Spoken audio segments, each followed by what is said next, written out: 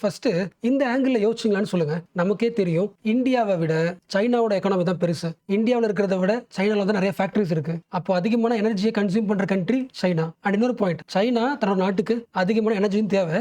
Plus என்ன பண்ணுது, நிறைய கண்ட்ரீஸ்க்கு எனர்ஜி சப்ளை பண்ணுது. It is the global supplier. ரொம்ப சிம்பிளா சொல்லணும்னா இந்தியன் எக்கானமியை விட it is a bigger economy சைனாவில். அப்படி இருக்கும்போது இந்த ஈரான் வார்னால சைனா ஏன் இம்பாக்ட் ஆகல, அவங்க ஊர்ல ஏன் பிரச்சனை வரல, இந்த கேஸ் பெட்ரோல் இந்த எந்த பேனிக்குமே இல்லையே, என்ன ரீசன்? இந்த ஆங்கிள் யோசிச்சிருக்கீங்களா? இப்போ இந்த கிளாஸ்ல இதை பத்தி தான் தெரிஞ்சுக்க போறோம். ரொம்ப சிம்பிளா சொல்லணும்னா கம்பேரிட்டிவ் ஸ்டடி. இப்போ ரீசெண்டா வந்த எனர்ஜி கிரைசிஸ்ல இந்தியாவையும் சைனாவையும் ஒரு கம்பேரிட்டிவ் ஸ்டடி பண்ண போறோம். ஸ்டார்ட் பண்ணலாம். ஃபர்ஸ்ட் நம்ம தெரிஞ்சுக்க வேண்டிய ஒரு பாயிண்ட், சைனாவோட 20 இயர்ஸ் ஆஃப் பிளானிங். இந்த 20 இயர்ஸ் ஆஃப் பிளானிங் புரிஞ்சுக்கிறதுக்கு முன்னாடி ஒரே ஒரு குட்டி பேசிக்ஸ். இப்போ இந்தியா நாம எங்கிருந்து ஆயில் வாங்குறோமோ அதே மாதிரி தான் சைனாவும் வெஸ்ட் ஏஷியா இருக்குல்ல, ஈரான், சவுதி அரேபியா, ஈராக், அங்க இருந்தா ஆயில் எங்க வருது, சைனாக்கு வருது. ஓகே, எப்படி வருது? As usual route. நியூஸ்ல பாக்குறோம்ல, ஸ்ட்ரைட் ஆஃப் ஹார்மஸை தாண்டி அரேபியன் சி இந்தியாவுக்கு வந்து இங்க என்ன இருக்கும், மலேசியா இருக்கும், இந்தோனேஷியா இருக்கும்ல. இந்த ரீஜனுக்கு பேர் என்ன? அங்க ஸ்ட்ரைட் ஆஃப் ஹார்மஸ் மாதிரி இன்னொரு ஸ்ட்ரைட், மலாக்கா ஸ்ட்ரைட். ஸோ அப்படியே இதுக்குள்ள வந்து சைனாக்குள்ள டிராவல் ஆகுது. இங்கே நிறைய கண்ட்ரிஸ் இருக்கும், போக முடியாது. ஸோ சுற்றிட்டு போயிடுது. ஸோ இந்தியா எப்படி வாங்குச்சோ சேம் மெக்கானிசம், அதே ஸ்ட்ரைட் ஆஃப் ஹார்மோஸ், அதே Arabian sea, bay of Bengal, Malaysia, இந்தோனேஷியாக்கு நடுவில் இருக்கல இன்னொரு ஸ்ட்ரைட்டு, அப்படியே சைனாக்கு போகுது. ஸோ இந்தியாவுக்கு ஒரு ப்ராப்ளம் தான், என்னது? இந்த இடத்துல வார் நடந்துச்சுன்னா ஸ்ட்ரைட் ஆஃப் ஹார்மோஸ் ஸ்டக் ஆகுது. பட் சைனாவுக்கு இன்னொரு ஸ்ட்ரைட் இருக்கு. இங்க எப்படி நேரோ பார்த்தோ அதே மாதிரி மலக்கா ஸ்ட்ரைட்லயும் நேரோ பாத்வே. அதோட வைட் டிஸ்டன்ஸே வந்து 60 கிலோமீட்டர் இருக்கும். 65 கிலோமீட்டர் தான் அதோட பிரெத். அப்ப சைனாவுக்கு இந்த இடம் முக்கியம், கரெக்டா? ஏன்னா அது வழியா உள்ள ஈஸியா போக முடியுது. இங்க இருக்கிற எல்லா கண்ட்ரீஸ்லயும் அமெரிக்காவோட நேவி பேஸ் இருக்கு, கப்பற்படை இருக்கு, சிங்கப்பூர், பிலிப்பைன்ஸ், ஜப்பான். அப்போ சைனாக்கு என்ன தோணும், எப்ப வேணா இந்த பகுதியை க்ளோஸ் பண்ணலாம். அப்ப சைனாவுக்கு வர்ற ஆயில் எப்ப வேணா ஸ்டாப் ஆகலாம். இதை எப்போ யோசிக்கிறாங்க? 20 இயர்ஸ்க்கு முன்னாடி. Which means China's 20 years of planning. அமெரிக்கானால ஒரு ரிஸ்க் வரும்னு முன்னாடி பிளான் பண்ணி 20 இயர்ஸா கொஞ்சம் கொஞ்சமா ஒர்க் பண்ணி இப்போ ஸ்ட்ராங்கா இருக்காங்க. இப்போ அடுத்த பாயிண்ட், இந்த லாஸ்ட் 20 இயர்ஸா என்ன பண்ணாங்க? நமக்கு தெரிஞ்ச பாயிண்ட்ஸ் தான் சம்மரைஸ் பண்ணலாம். இது வரைக்கும் இந்தியா சைனா புரிஞ்சுல. வார் வந்ததுக்கு அப்புறம் இந்தியா ரியாக்ட் பண்ணது, வாருக்கு முன்னாடியே 20 இயர்ஸ்க்கு முன்னாடியே ரெடி ஆயிடுச்சு. சைனாவுக்கு ரெண்டு பயம், வெஸ்ட் ஏஷியாவும் சேஃபா இருக்கணும், அதை தாண்டி வந்தா அமெரிக்காவோட நேவி பேஸையும் தாண்டி வரணும். அப்ப கண்டிப்பா ஃபியூச்சர் ரிஸ்க்ல, ஆக்சுவலா இதுக்கு பேரே வந்து மலாக்கா டைலமான்னு யூஸ் பண்றாங்க கீவேர்ட். மலாக்கா ஸ்ட்ரைட்ல சைனாக்கு ஒரு பிரச்சனை இருக்கு யூஎஸோட நேவி பேஸ்னால, Malacca dilemma. So what is Malacca dilemma? அந்த மலாக்கா பாத்வேல யூஎஸ்ஏ இருக்கிறதுனால எப்போ வேணா அதை கட் பண்ணலாம். இப்போ நாளைக்கு கட் பண்ணிட்டா அடுத்த நாளைக்கு நம்ம சைனால இருக்கிற இண்டஸ்ட்ரிக்கு ஆயில் கிடையாது. அப்போ என்ன பண்ணலாம்? நம்ம யூஸ்வலாக பண்றோம்ல, வீட்டில் பண்றது, இந்தியாவில் பண்றது, சேம் யூஷுவல் ப்ராசஸ். ஃபியூச்சர்ல பிரச்சனை வராமல் இருக்கிறதுக்கு இப்போ என்ன பண்ணலாம்? சேவ் பண்ணலாம், கொஞ்சம் சேவ் பண்ணி வைக்கலாம். ஸோ பெட்ரோலை ரிசர்வ் பண்ணி வைக்கலாம். சேம் தானே, இந்தியா பண்ணதானே. ஸ்ட்ராட்டஜிக் பெட்ரோலியம் ரிசர்வ் ஒன்று உருவாக்குறாங்க. ஸோ முடிஞ்ச அளவுக்கு எங்கெல்லாம் ஆயில் சீப்பாக கிடைக்குதோ, இப்போ சேஃபாக இருக்க டைம்ல ரொம்ப சீப்பான விலைக்கு ஆயிலை வாங்கி வச்சுக்கிட்டு அண்டர் கிரவுண்ட்ல ஒரு பெரிய டேங்க்ல என்ன பண்ணிக்கலாம், ஆயிலை சேவ் பண்ணி வச்சுக்கலாம். எப்போ பிரச்சனை வருதோ அந்த பிரச்சனை அப்போ, அந்த கிரைசிஸ் அப்போ ஸ்ட்ராட்டஜியா இதை பயன்படுத்திக்கலாம். அது வரைக்கும் சேஃபாக வச்சிருக்கலாம், ஒன்லி ஃபார் எமர்ஜென்சி பர்பஸ். அடுத்த பாயிண்ட், இந்த ஸ்டோர் பண்ணி வச்சிருக்கிற இந்த ரிசர்வ்ல இருக்கிற பெட்ரோல் சைனாவுக்கு எத்தனை நாளைக்கு யூஸ் ஆகலாம்? 120 டேஸ் ஆஃப் ஸ்டோரேஜ். லிங்க் பண்ண முடியுதா? சைனாவுக்கு அந்த ஸ்ட்ரைட் வழியா அடுத்த ஒரு 4 மாசத்துக்கு ஆயில் வரலனாலும், அடுத்த ஒரு 4 மந்த்ஸ்க்கு ஜீரோ ஆயிலே வரலனாலும், அடுத்த ஒரு 4 மாசத்துக்கு சைனாவால ஆயிலை பயன்படுத்த முடியும். அந்த 4 மந்த்ஸ் என்ன பண்ணி வர முடியும், பிரச்சனையை சரி பண்ண முடியும். ஸோ சைனாவோட ஃபர்ஸ்ட் ஸ்ட்ராட்டஜி, இந்தியா ஃபாலோ பண்ற same strategic petrol reserve strategy. இது ஃபர்ஸ்ட். இப்போ சைனா அடுத்து யோசிக்குது, ஓகே 120 டேஸ்க்கு ஓகே, ஒருவேளை எக்ஸ்ட்ரா எமர்ஜென்சி 120 டேஸும் ஆயில் தீர்ந்து போச்சு, 121 நாளுக்கு என்ன பண்ணலாம்? அதுக்கு ரெடி பண்ணும்ல, வேற வழியே கிடையாது. நமக்கு வர வழி இருக்குல்ல, மலக்கா ஸ்ட்ரைட் வழியா வரதுல இந்த ஒரே ஒரு பாத்வே மட்டும் நம்பிட்டே இருந்ததுன்னா ஒர்க் அவுட் ஆகாது. ஏதாவது பிரச்சனை வந்தா ஒரு 4 மாசத்து ஓட்டிருக்கலாம், அடுத்த நாள் 121st டே பிரச்சனை வரும். அப்ப என்ன பண்ணலாம்? சைனா யோசிச்சது ஒரே ஒரு பாயிண்ட் தான், நமக்கு ஆயில் வந்து ஒரே ஒரு வழியில வருது, ஒரு டோர். இந்த வழியை மல்டிபிளா மாத்தலாம். ஒரு வழியா வர்ற ஆயில் சப்ளையை ஒரு 3 வழியா மாத்தலாம். தண்ணி வழியா வர்ற ஆயில வந்து லேண்ட் வழியா மாத்தலாம். ஃபார் எக்ஸாம்பிள், இங்க இந்தியா இருக்கு, பக்கத்துல பாகிஸ்தான், அப்புறம் ஆப்கானிஸ்தான். யோசிக்க முடியுதுல, இந்தியாவுக்கு மேல பாகிஸ்தான், ஆப்கானிஸ்தான். இந்த பாகிஸ்தான், ஆப்கானிஸ்தானுக்கு மேல சில கண்ட்ரிஸ் இருக்குல்ல இந்த ரீஜன்ல, தெரியுமா உங்களுக்கு? கசகஸ்தான், உஸ்பெகிஸ்தான், டர்க்மெனிஸ்தான், இந்த குரூப் ஆஃப் கண்ட்ரிஸ் இருக்குல்ல, எங்க இருக்குது இந்த பகுதி? சென்ட்ரல் ஏஷியான்னு சொல்லலாமா? இந்த கண்ட்ரிஸ்லயும் பார்த்தோம்ல, கசகஸ்தான், துர்க்மெனிஸ்தான், உஸ்பெகிஸ்தான், இந்த கண்ட்ரிஸ்லயும் அந்த கண்ட்ரிஸோட கிரவுண்டு கீழே நிறைய ஆயில் இருக்கு. But they are land logged countries. பார்த்தாலே தெரியுதுல்ல, இந்தியாவுக்கு கடல் இருக்கு, அதுக்கு மேல போக போக அந்த பகுதியில் கண்ட்ரிஸ்க்கு கடல் பார்த்தவே கிடையாது, லேண்ட் தான். சைனா என்ன பிளான் பண்ணுது? ஓகே, ரொம்ப சிம்பிள், உனக்கும் எனக்கும் ரொம்ப சிம்பிள் தான், கனெக்ட் ஆகிக்கலாம், லேண்ட் வழியா வந்துடலாம். டர்க்மெனிஸ்தான், கசகஸ்தான், சைனாக்கு வழியா ஆயில் சப்ளை ஆயிடுது. ஆயில் பைப்லைன் ஃபிக்ஸ் ஆயிடுச்சு. இப்போ 2 வழியா, எஸ். ரொம்ப சிம்பிளா சொல்லணும்னா, இது வரைக்கும் சைனாவுக்கு ஆயில் கடல் வழியா வந்துச்சு. சி ரூட்டை எப்போ வேணா பிளாக் பண்ணிடலாம். அப்ப என்ன பண்ணலாம்? சி விட்டுருக்கலாம். இந்த சி கூட எக்ஸ்ட்ரா இன்னும் ரூட்டை உருவாக்கலாம், லேண்ட் ரூட்டை உருவாக்கலாம். எந்த ஊர்ல ஆயில் இருக்கோ அந்த ஊர்ல இருந்து சைனாவுக்கு ஆயில் வர்றதுக்கு ஒரு பைப்பை போட்டுடலாம். கிரவுண்டு கீழே பைப் லைன் எங்கிருந்து வருது அப்பதானே பார்த்தோம். துர்க்மெனிஸ்தான் கசகஸ்தான் வந்து டைரக்டா எங்க வருது, சைனாக்கு வருது. இது ஒரு ரூட், லேண்ட் ரூட். அப்படி சைனாக்கு மேலே யார் இருக்கா, ரஷ்யா இருக்கு. ரஷ்யாவில் வந்து சைனாவுக்கு ஆயில் வருது, லேண்ட் ரூட். இன்னொரு பைப் லைன். ஃபர்ஸ்ட் ஒரு வழி இருந்துச்சு, ஒரு கேட்வே, இப்போ extra 2 gateway. Russia land pipe line வந்துட்டே இருக்கும். சென்ட்ரல் ஏஷியாவில் வந்து ஒரு லேண்ட் ரூட், இன்னொரு pipe line. What is the point? America நினைச்சா அந்த கடலை டச் பண்ண முடியும், இந்த லேண்ட் ரூட் டச் பண்ண முடியாது. கண்ட்ரோல் கிடையாது. அப்போ 121வது நாளுக்கு பிளான் பண்ணியாச்சு. லாஜிக் புரியுதுல? கடல் வழியா வந்துச்சுன்னா கப்பலை ஸ்டாப் பண்ணிடுவாங்க. அப்போ கப்பலை பயன்படுத்தாம ஒரு பைப் லைன் மாதிரி உருவாக்கிடலாம், கிரவுண்டு கீழே ஆட்டோமேட்டிக்காக வரும். இந்த பைப் லைன் பிளானை இந்தியாவும் ஒர்க் அவுட் பண்ணுச்சு. எங்கிருந்து? ஈரான்ல இருந்து. சேம் சைனா மாதிரி ட்ரை பண்ணிருக்கு. ஈரான்ல இருந்து இந்தியாவுக்கு ஒரு பைப் போடலாம். நடுவில் யார் இருக்கா? Iran, Pakistan, India. பாகிஸ்தான் ஒத்துக்காது பைப் போடுறதுக்கு. சரி, ஓகே, டர்க்மெனிஸ்தான் வரலாம். டர்க்மெனிஸ்தான் வழியா வந்தாலும் பாகிஸ்தான், இந்தியா. இப்போ பாகிஸ்தான் வழியா ஒரு பைப் போடுறோம்னா ஒர்க் அவுட் ஆகாது. பாயிண்ட் புரியுதுல? China, central Asia connected through land route. ஜியோகிராஃபியை ஆப்பர்ச்சுனிட்டியா பயன்படுத்துச்சு. அதே ஜியோகிராபிக்கல் ஆப்பர்ச்சுனிட்டியை இந்தியா பயன்படுத்த முடியும். நேபாள், பங்களாதேஷ், ஸ்ரீலங்கா, ஸோ எல்லார் வழியும் பைப்ல வர வைக்க முடியும். பட் பாலிடிக்ஸ் ஓகேல. ஸோ சைனாவுக்கு மினிமம் ஒரு 3 கேட் இருக்கு. ஏதாவது ஒரு வழியில ஆயில் வந்துடும். அடுத்து 4வது கேட் சென்ட்ரல் ஏஷியா பார்த்தோம்ல. சென்ட்ரல் ஏஷியாவும் தாண்டி எங்க? ஆப்பிரிக்கா போகுது. ஆப்பிரிக்காவில் வந்து உங்களுக்கு தெரியும்ல, சூடான், அங்கோலா, அந்த பகுதியில் ஆயில் அதிகமாக இருக்குது. அப்போ அங்கேருந்து ஆயில் எடுத்து வரலாம். பட் ஆப்பிரிக்கா வந்து அன்டெவலப்டு. அங்கேருந்து ஆயில் எடுத்து வரதுக்கான டெக்னாலஜி கிடையாது, ரூட் கிடையாது, எதுவுமே கிடையாது. லாஜிக் புரியுதா? இப்போ இந்தியா வச்சுக்கலாம். இந்தியா என்ன பண்ணுது? நம்மளோட பிரைவேட் கம்பெனிக்கார எந்த ஊரில் பிஸ்னஸ் பண்ணால் ஒர்க் அவுட் ஆகும், ப்ராஃபிட் யோசிப்பாங்க. இப்போ ஆப்பிரிக்காவில் எதுவுமே கிடையாது, பிஸ்னஸ் பண்ண யோசிப்பாங்க. ஜென்ரலாக சொல்கிறேன். பட் சைனோட அட்வான்டேஜ் என்ன? சைனோபெக், CNPC, CNOOC பேப்பரில் கேள்விப்பட்டிருப்பீங்க. இதெல்லாம் கம்பெனிஸ். யாரோட கம்பெனிஸ்? Government company. சைனாவோட கவர்மெண்ட் கம்பெனி. இந்த கவர்மெண்ட் கம்பெனிஸ் ஆப்பிரிக்காவில் அந்த கண்ட்ரிஸ்ட்டு பேசுகிறாங்க. என்ன ப்ராப்ளம்? ஆயில் எடுக்க டெக்னாலஜி இல்லையா? எடுத்தாச்சு, வரதுக்கு ரூட் இல்லையா? ஒன்றும் பிரச்சனை இல்லை. நாங்களே வரோம், இன்வெஸ்ட் பண்ணுறோம், ஆயில் எடுக்கிறோம், ரோடு போடுறோம், ஆயில் எடுத்து போயிடுறோம். உங்கள் ஊருக்கு தேவையான ரோடு, பிரிட்ஜஸ் எல்லாத்தையும்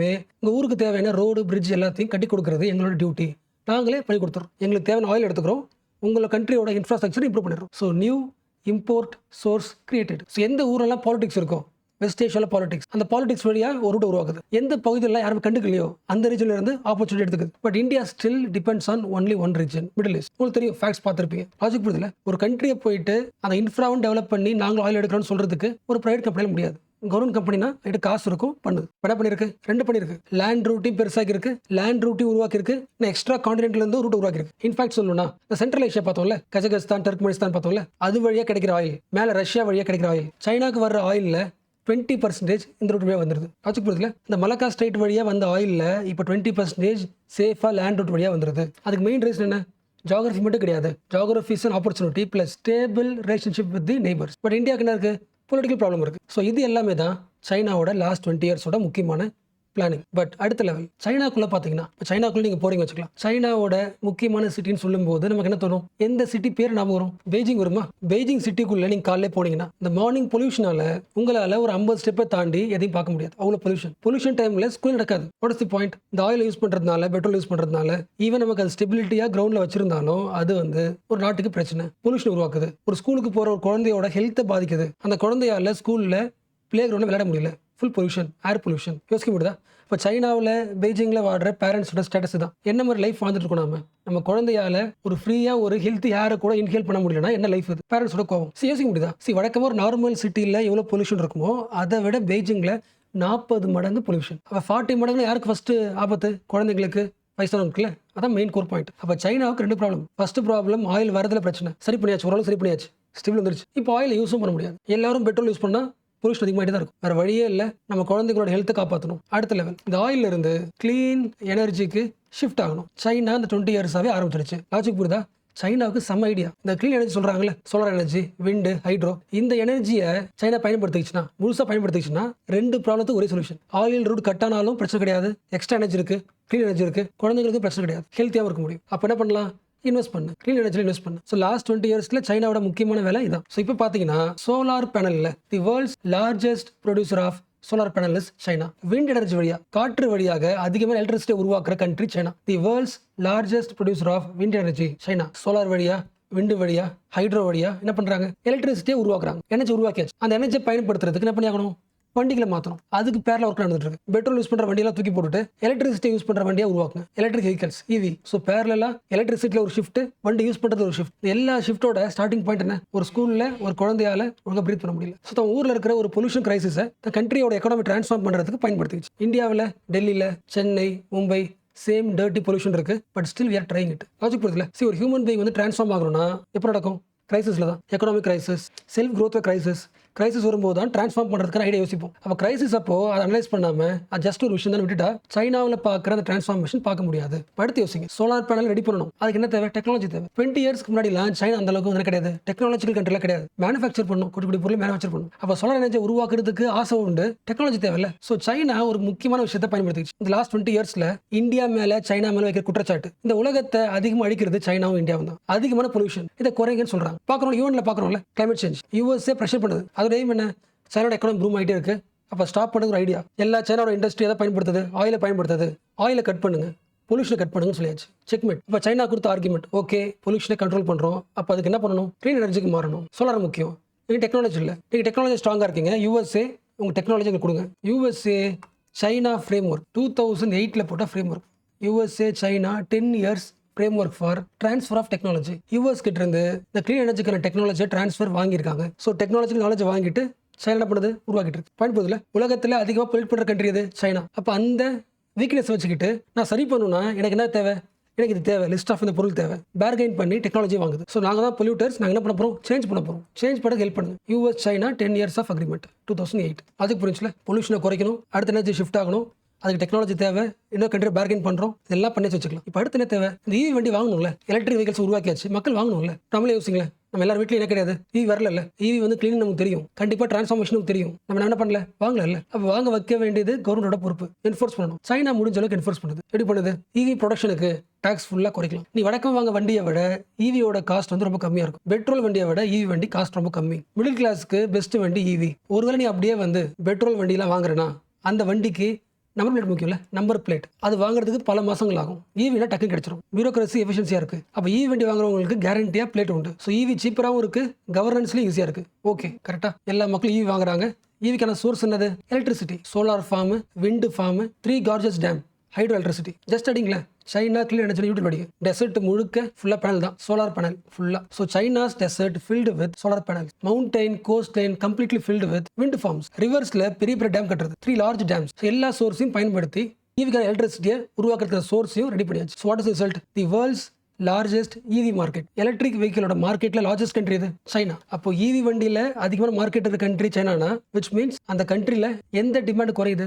ஆயில் டிமாண்ட் குறையுது. ஆயில் டிமாண்ட் குறையுதுன்னா இம்போர்ட்டும் குறைஞ்சிச்சு. அப்போ இம்போர்ட்டும் குறையுது, பிளஸ் ரூட்ஸ் ஆகுது, டைவர்சிஃபைட் ஆகுது. ஸோ இது எல்லாமே காரணங்கள். ஈரான் வார் டைம்ல சைனா ஸ்ட்ராங்கா இருக்கிறதுக்கான இதெல்லாம் காரணங்கள். பிளஸ் இது எல்லாத்த விட இன்னொரு முக்கியமான காரணம் இருக்கு. இந்த காரணம் ஸ்டாட்டி சொல்ல முடியாது, பை லக்குன்னு சொல்லலாம். சைனாவோட எக்கானமி வந்து ஸ்லோ டவுனா இருக்கு. ஃபார் எக்ஸாம்பிள், ரொம்ப சிம்பிளா சொல்லணும்னா, இது ஒரு ஹோட்டல் வச்சுக்கலாம். இந்த ஹோட்டல்ல 100 ரூம் இருக்கு வச்சுக்கலாம். வழக்கமா 100 ரூம் இருக்கும், ஃபுல்லா இருக்கும். ஒரு 100 ரூம் ஃபுல்லா ஆச்சுன்னா அதுக்கு தேவை எலக்ட்ரிசிட்டி, அது கண்டினியூஸா ரெடி பண்றதுக்கான ஃபுட், தண்ணி சப்ளை எல்லாமே ரெடியா இருக்கணும்ல. But what is economic slowdown? Maybe இந்த 100 ரூம்ல 40 ரூம் தான் ஃபுல்லா இருக்கும், 40%. அப்போ நேத்தை விட இன்னைக்கு ஹோட்டல்ல 40 ரூம் தான் புக் ஆயிருக்குன்னா எலக்ட்ரிசிட்டி கன்சம்ஷனாக இருக்கும், குறைஞ்சிருக்கும்ல.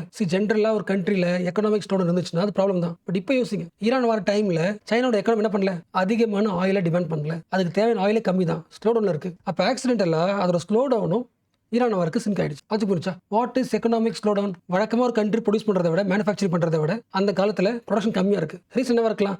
மக்கள் வாங்குற பொருள் கம்மியாக இருக்கலாம், தட் இஸ் ஸ்லோ டவுன். இப்போ வழக்கமான மேனுஃபேக்சரிங் விட கம்மியாக பண்ணுறோம்னா ஆயில் டிபெண்டன்சி கம்மி. ஈரான் வர டைமில் டிபெண்டன்சி ஆகுது கொஞ்சம் கம்மியாக இருக்கு. இது ஒரு சிங்க்ரனைசேஷன். ஸோ ஓகேல, எங்க ஆரம்பிச்சோம்? மலக்கா டைலமா சரி பண்றதுக்கு 120 day strategy, plus land route, plus diversified oil supply Africa, plus energy shift, technology bargaining, EV, world's largest market in EV. இது எல்லாமே last 20 years of thinking. India கிட்டயும் ஸ்ட்ராட்டஜிக் பெட்ரோலியம் ரிசர்வ் இருக்கு, but only for 10 days. சைனா கிட்ட அடுத்த 4 மாசத்துக்கு தேவைப்பட்ட oil இருக்கு. அதே மாதிரி 2030 அப்போ India target 500 gigawatts of clean energy should be installed and should be used. 500 gigawatt பெரிய டார்கெட். பட் சைனா 2025க்குள்ளவே 2340 gigawatts of clean energy already installed. அப்போ 2030 கோல 5 இயர்ஸ்க்கு முன்னாடி அச்சீவ் பண்ணிடுச்சு. ஓகேவா?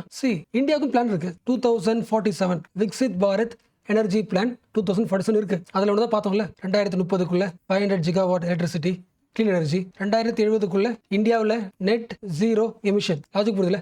இந்தியாவில் எந்த இண்டஸ்ட்ரி வண்டியில இருந்தும் பொல்யூஷன் வராது, ஜீரோ எமிஷன் 2070. ஸோ டார்கெட்டை ஃபிக்ஸ் பண்ணியாச்சு, பட் எப்படி இருக்கு? ஸ்லோ ப்ராசஸாக இருக்குல்ல இந்தியாஸ் ரியாலிட்டி. அப்போ வாட் இஸ் தி கன்க்ளூஷன்? இந்த வார் டைம்ல நம்ம தப்பிக்கிறதுக்கு என்ன பண்ணலாம்? பிளான் பண்ணலாம். Reactive planning, reactive thinking. ஒரு பிரச்சனை இருக்கு, அந்த பிரச்சனை டைம் என்ன பண்ணுவாங்க?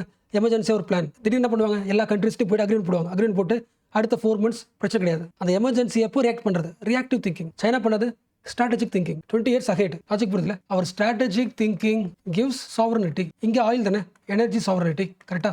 யார் வந்து ஸ்ட்ராட்டஜிக்கலா முன்னாடியே யோசிக்கிறாங்களோ அவங்க லைஃப் முழுக்க எப்படி இருப்பாங்க? இண்டிபெண்டா இருப்பாங்க. அது எந்த விஷயம்னாலும். சைனா ஆயில முன்னாடி யோசிச்சு பாயிண்ட் புரியுதுல? நீங்க உங்களை யோசிங்க. நீங்க ரியாக்டிவ் பர்சனா இல்ல ஸ்ட்ராட்டஜிக் பர்சனா? உங்களோட ஹெல்த்ல, உங்களோட மணில, உங்களோட ஃபேமிலில, உங்களோட ஒர்க்ல நீங்க ஸ்ட்ராட்டஜிக்கா திங்க் பண்ணி ரெடியா இருக்கீங்களா? இல்ல கிரைசிஸ்க்கு வெயிட் பண்ணிட்டு இருக்கீங்களா ரியாக்ட் பண்றதுக்கு? என்னோட பாயிண்ட் ஆஃப் வியூல, என் பாயிண்ட் ஆஃப் வியூ தேவையில்ல, வேர்ல்ட் பிலாசபி லெவல்ல ஒரு படிக்காத பாமரன், இல்லிட்ரேட் பர்சன், நம்ம சமூகத்துல நம்ம கூட வாடுற ஒரு இல்லிட்ரேட் பர்சன், அவருக்கு ஸ்ட்ராட்டஜிக் திங்கிங் தெரிஞ்சிச்சுன்னா, an illiterate person who understand what is strategical thinking, he is more powerful than the educated person. அப்ப படிக்காதவங்களையும் படிச்சவங்களையும் பிரிச்சு காட்டுறது நாலேஜ் கிடையாது, ஸ்ட்ராட்டஜிக் திங்கிங். எவ்வளவு படிச்சிருந்தாலும் ஸ்ட்ராட்டஜிக் திங்கிங் இல்லைனா அடுத்த 3 இயர்ஸ்ல நம்ம லைஃப் எப்படி இருக்க போகுது? கிரைசிஸ் எப்போ வரலாம்? அதுக்கு இப்போ ரெடி ஆகலனா கூடிய சீக்கிரத்தில் உங்களோட ஃப்ரீடம் என்ன பண்ணுவீங்க? இழந்துருவீங்க. So direction and strategy gives you the complete freedom. So உங்களுக்கான டைரக்ஷனை கிரியேட் பண்ணுங்க. டைரக்ஷன் செட் ஆயிடுச்சுன்னா ஆட்டோமேட்டிக்காக உங்களுக்கான ஃப்ரீடம் கிடைச்சிடும்.